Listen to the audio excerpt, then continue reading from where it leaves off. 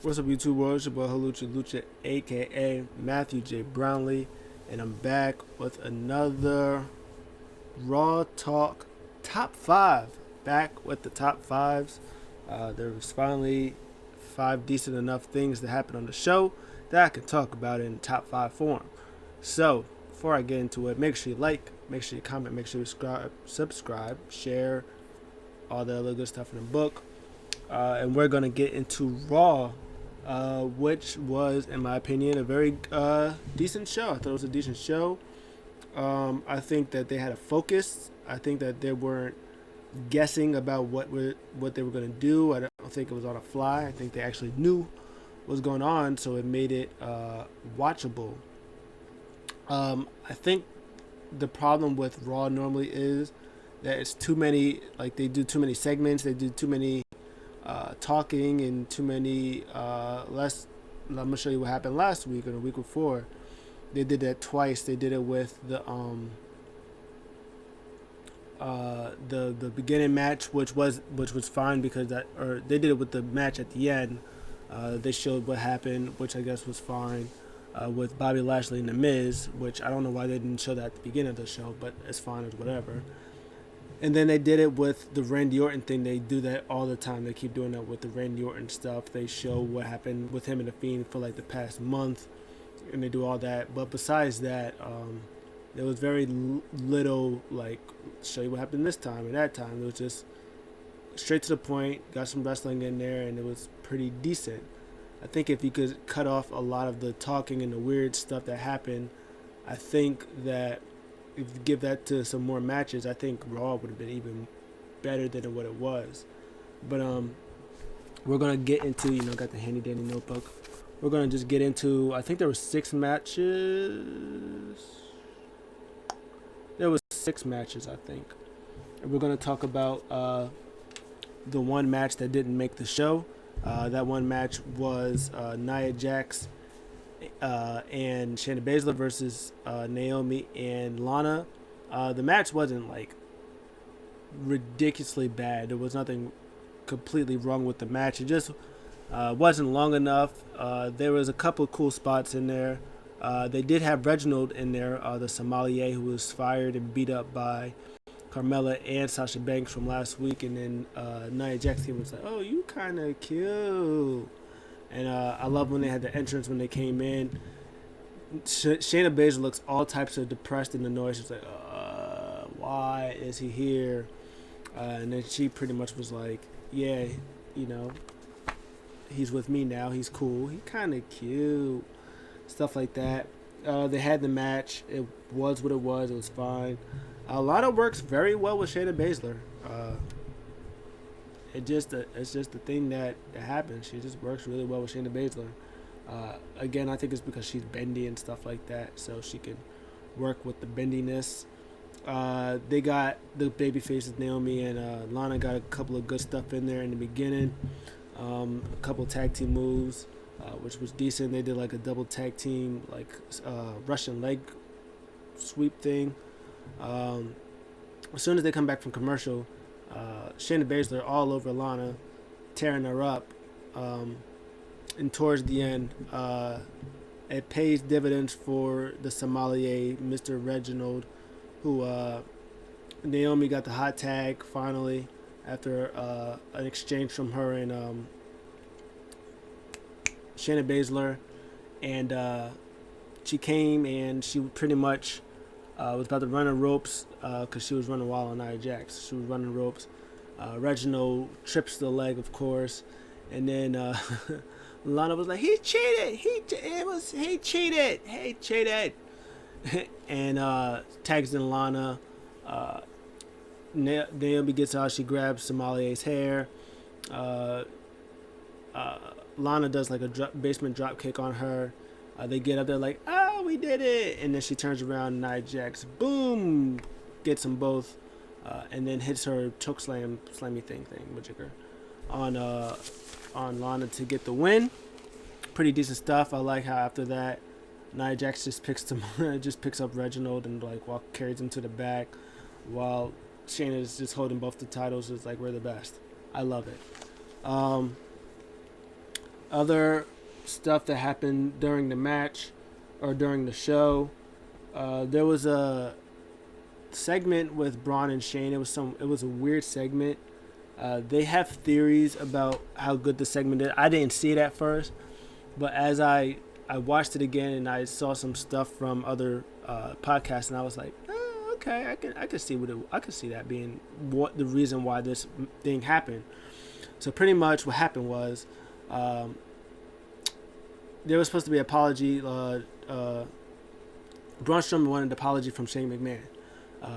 R-Truth comes while he's going backstage, and he pretty much mistake the monster among men with the monsters, and there was hunting rabbits because he was still trying to get Bugs Bunny or Bad Bunny, who he calls Bugs Bunny, and he was apologizing to Braun Strowman about Monstars and Lola Bunny and Big Bunny and Bugs Bunny and all the other bunnies, and then Braun was like, no, I don't want an apology from you. I want an apology I demand an apology from Shane for what he did. And he was like, oh, yeah, no, my bad, my B. That's on me. And he left. So pretty much Braun Strowman cut a promo pretty much saying, do you take me as a joke? Do you think I'm some kind of joke to you? You play me as a fool, trying to call me stupid in front of live television, trying to embarrass me. All this stuff that's in the book. He said, I demand you come out and give me an apology. And then here comes the money. He comes out. He's doing his dance. Money, money, money, money, money, money, money, money, money. He walks around the ring, and then he walks in the ring, gets straight in Braun Strowman's face.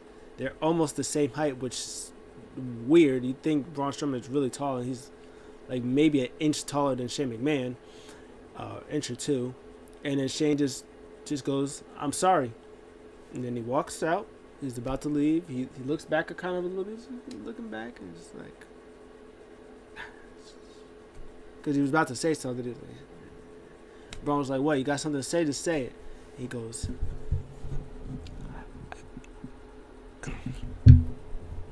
he's not ready. He doesn't want me to say it. And then he leaves. So they go backstage, and not Kayla Braxton or not Renee Young interviews him, and she asks him, what's her name? Oh, I think it's Mackenzie. Mackenzie, I think that's her name. It was like, it sounded like you wanted to say something else. What was it that you wanted to say to him? And then he was like, maybe later. And then my boy, Adam Pearce, Scrap Daddy, Mr. Still the titles back for NXT, or for WWE, for Shayna and Nia comes. He was like, hey, I'm not the one to care about your business, but you're going to let me in on a little secret of what it was that you wanted to say to Braun? And then Shane was pretty much like, everybody's in my business now. Everybody want to be nosy. And then he was like, nah, you got it. I didn't want to be nosy. He was like, but you know what? You're right. There's something I actually did want to say. Get Braun in. I'm about to go there right now. I'm about to tell him some more stuff. So he goes in, he comes back, and he comes back out. Braun comes out. They did some weird thing where they wanted Shane McMahon to be the babyface because they was piping in cheers for him and they was piping in boos for Braun, and it didn't really make sense. But then he was coming down the ring. Shane was, woo, money, money, money, money, money, money, money, money, money. And he was about to talk, and then I guess the mic didn't work. So he's like, let's get it. Can I get a different mic? The mic. Hey. Psh, psh, psh. I need a new mic.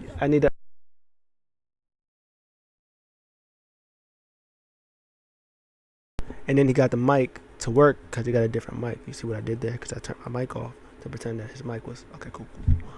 So he turned the mic off, and he got a new mic.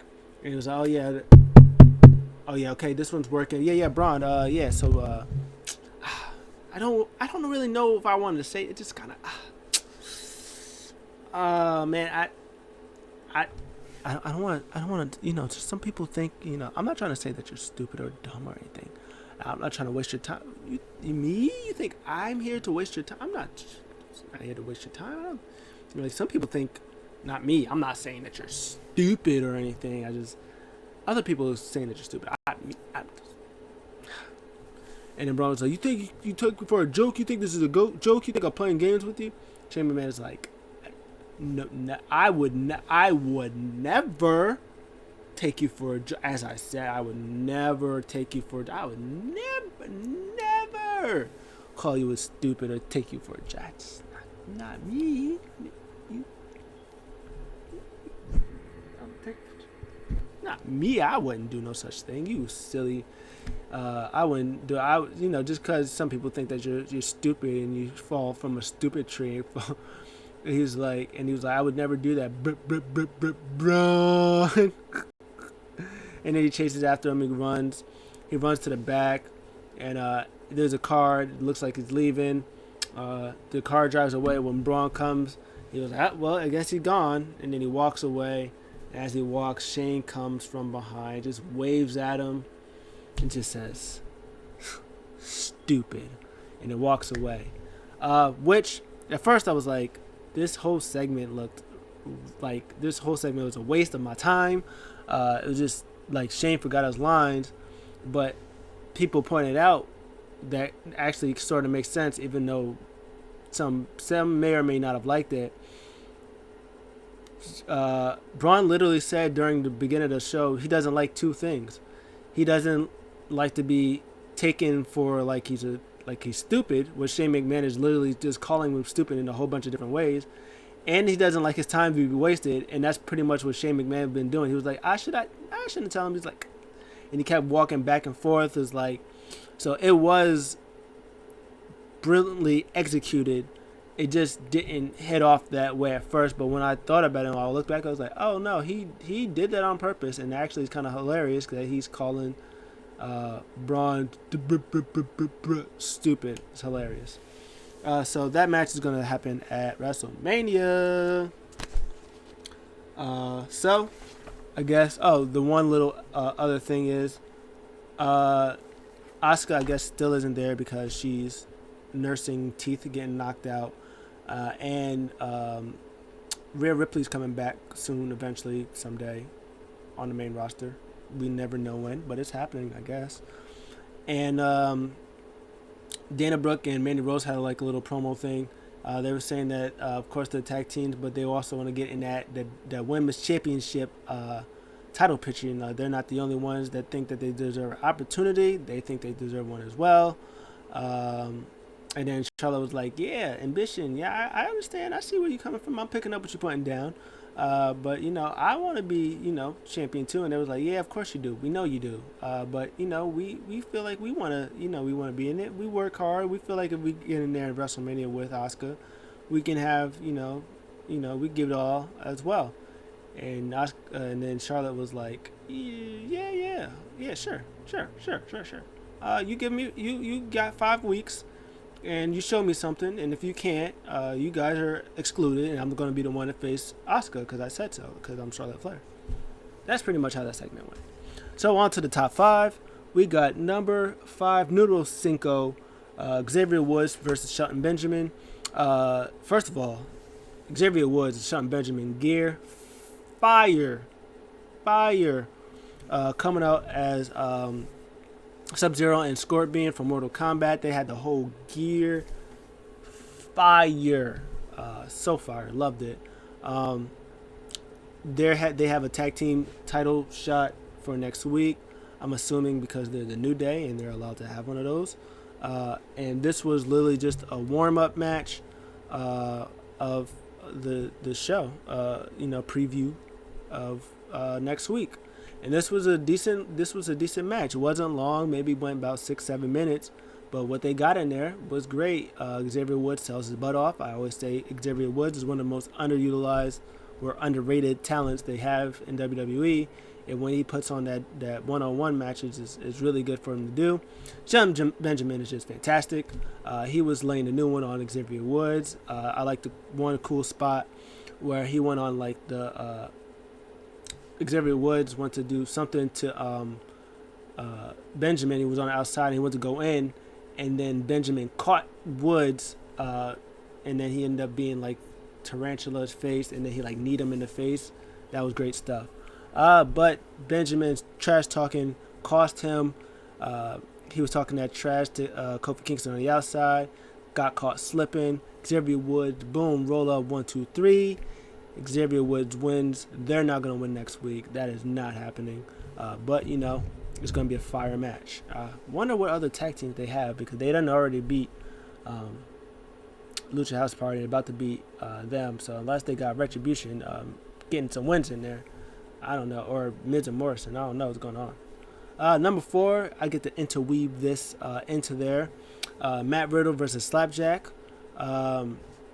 Matt Riddle, right after that match, Riddle comes out, and I think Mackenzie, I think is is about to have an interview with Matt Riddle. Talks about what happened last week. He was like, "Hey, last week it was what it was. Ali gets his title shot next week." He said, "You gotta watch out for all of them. They're all good. They're all stallions, and just think that Ali's their leader with a whole bunch of good people. But I ain't even worrying about that right now. I need to figure out where I'm going to put the scooter. My scooter, I can't put it in backstage. Somebody's going to steal it. I can't put it out there. Ali's going to take it. I need somewhere to put my scooter. You got any ideas?" She was like, not really. And she's like, "You ain't got no ideas for me?" And then New Day come in. And it was like, "Oh, New Day, what up? Yo, Call of Duty later?" And it was like, "Yeah, of course, you already know we got the Call of Duty." He was like, "But right now, you got to put the slap on that boy, Jack."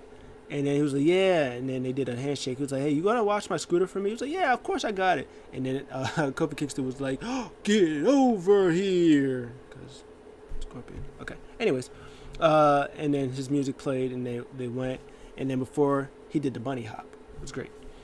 So this match, of course, was also good. Was really good.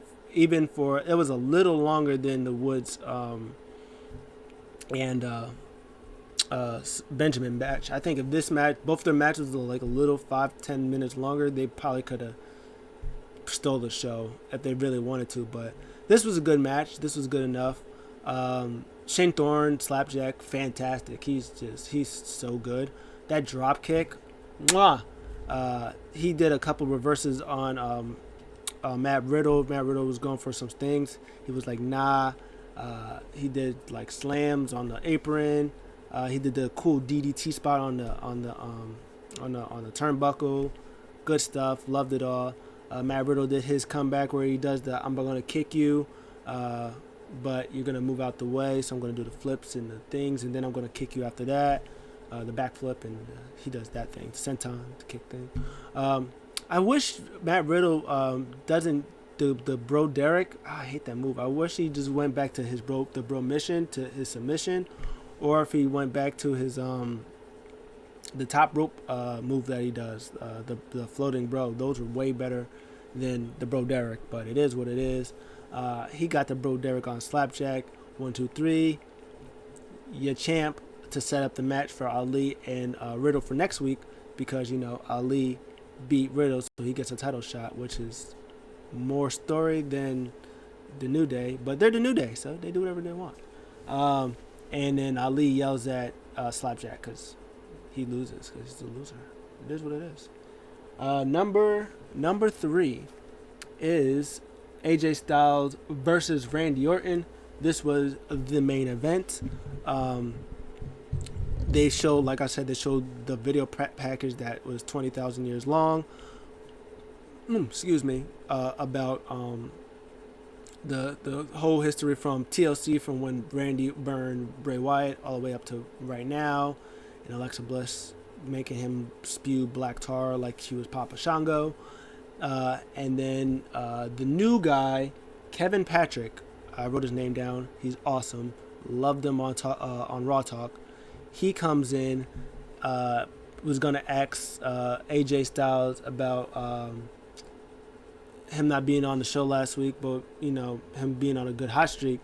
And then AJ Styles was like, "I know you're new. Let's not talk about that. Let's talk about Randy Orton. Did you see what happened to Randy Orton?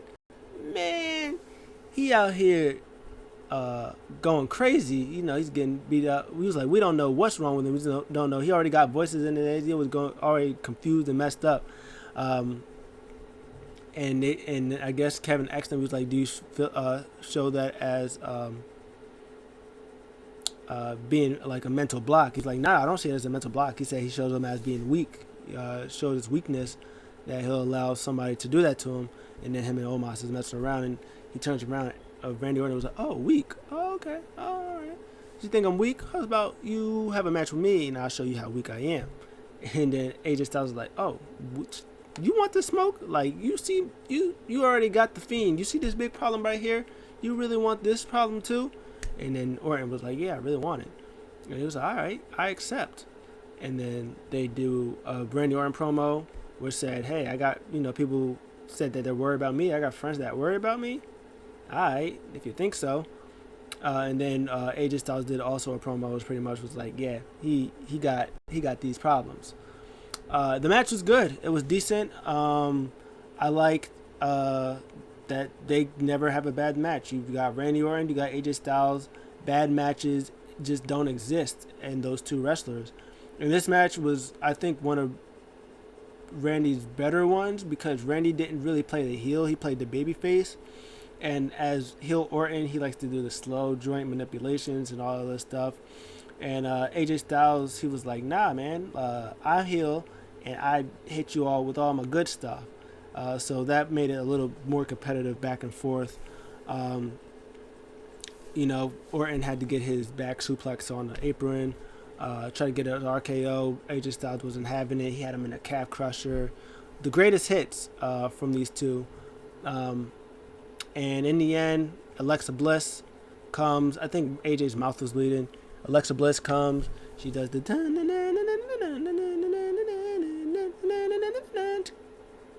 not yet.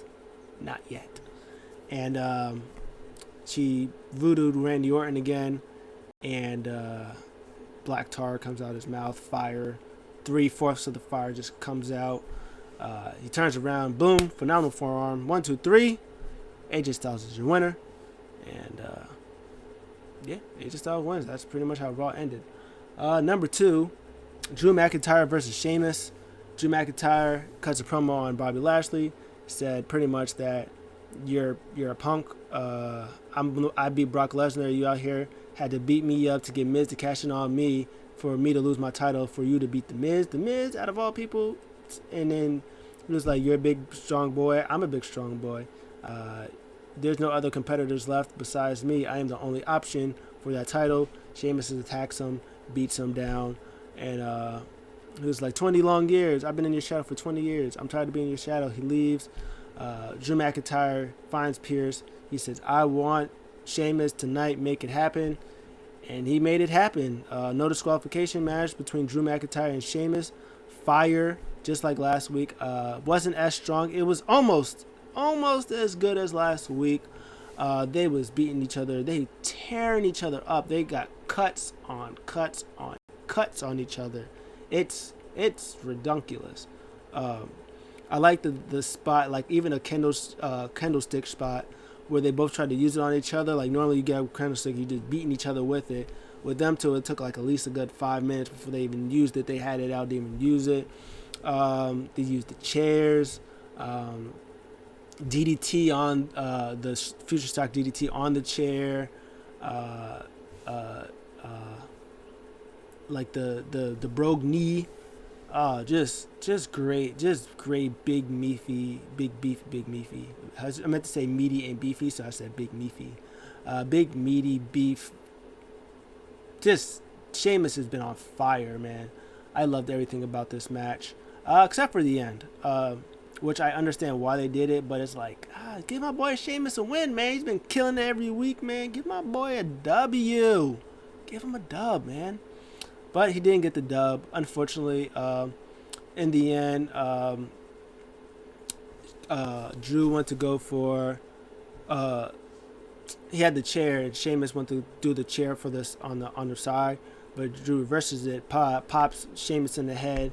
Claymore, Sheamus is out the ring. He's laid out, and then he's about to go outside to get it. Boom, bro kick. They're both laid out, and then they both get steel chairs, and they both have the same idea. Boom, hit each other with steel chairs. Drew flies over the barricade. Sheamus is not over the barricade, but it kind of falls and lands on all over his face and stuff like that. Ref tries to get them both up. Neither one can get up. So he calls for the bell. Neither man can continue. And just double knockout, I guess. Which I guess is fine. But, man, give my boy Sheamus the win. Give him the W. Give him the W. They didn't give him the W, so that's why it's number 2. I don't care. It's my list. Fight me. Number 1, Bobby Lashley versus The Miz for the WWE Championship. The rematch. This was more of the prelude before the actual match. Hurt Business come out. Mackenzie wants to interview Bobby Lashley. Everybody else from the Hurt Business leaves. I think MVP stands there. And Bobby Lashley just cuts this fantastic promo about 16 years that he's been waiting for this opportunity. And he's been seeing people past him for these 16 years for opportunities that he should have got. He said the stuff that he went through, like, and I'm assuming he was talking about when he first came back and the Lashley sisters and the wedding and all that stuff with Rusev.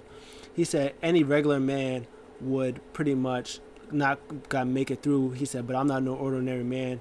He's like, it was my destiny to win this, and it's going to be a cold day in hell until somebody takes this title from me. Fantastic. And that was just before when they came in. And then Miz cut a promo before Bobby Lashley came out. And it was pretty much, it was just as good. Pretty much talk about, hey, did you expect me to get my butt beat by Bobby Lashley? Morrison was like, yeah. Did you expect me to lose it? No. He was like, I'm the media guy. I'm the guy that people come to. I'm the go-to guy. We could have had this match at WrestleMania. Pretty much was saying how much he didn't. He gave him his chance. He said, I know my body. I know I had the cramps, and nobody could tell me other difference. But I still pushed on with this match. He much said that I was obligated to have my match. He's like, so be it that I got disqualified, but I still got my, I still won. I still defended my title, my obligated title. Bobby Lashley had his chance. He blew it. He said, but, the contract said 1 title, and Shane gave me 2 titles. Not only did he give me a second title defense, he made it a lumberjack match. He stacked the odds against me. And everybody on the Twitters and whatever social media thinks it's funny. They're going to do that. They did the hashtag complimenting Bobby Lashley. But this time around, it's not going to happen. You're going to have a new hashtag and new. I paraphrased. And then Bobby Lashley came out, fire, new entrance. He had like this whole golden lightning, like Zeus type thing. Or Thor came with lightning, and they had cool graphic, and they had like a remixed Bobby Hurt Business theme. Fire. I hope that comes out every single time he does it. He comes out. They have the match, and this is a solid match, man. No shenanigans, no foolishness. Morrison didn't even get involved, he was out there. It was just Miz and Bobby Lashley straight one-on-one. It was solid. Obviously, Bobby Lashley dominated most of this stuff, but Miz, to his credit, used his sneakiness to get some offense in. Bobby Lashley would run towards him. He would move out the way, hit his shoulder on a turnbuckle. He tried to throw him on he would push him, throw him on a post, do a whole bunch of stuff to keep it interesting. Did hit his DDT. I don't think he hit his Skull Crushing Alley, but he did his DDT on him. He got a good stuff in there, but the Almighty is out here. Spear, let's go, vertical suplex, stalling, boom. Oh my God, you're ready for this? Hurt Lock, tap out, see you later, and still WWE Champion. Bobby Lashley, fantastic, fire. I kind of hope that Bobby Lashley keeps the title. I hope it's a triple threat match. I would love it for it to be Bobby Lashley, Drew McIntyre, and Sheamus. Sheamus has been doing phenomenal work, and I think he deserves to be rewarded for having a championship match at WrestleMania. I think he's more than deserves this spot. He'll be on WrestleMania. He gets his title shot. It'll give somebody for Bobby Lashley to pin, but hey, who cares? Let him get in there. For the show, all in all, man, I give it a solid B. Solid B plus, man. This is one of the better shows that Raw has put on in a while. It didn't really feel like 3 hours. of Raw. It felt like the first hour with the Bobby Lashley and Miz thing, that was great, and then like the second-ish hour was the Drew stuff with Sheamus, along with the other two, New Day, Hurt Business, and Slapjack and Riddle stuff. That was all good stuff. The ending was, it was what it was. It wasn't the worst, but it got the job done. So all in all, thumbs up for Raw this week. What did you guys think? Let me know in the comments below. I'll see you guys in the next one. I'm out.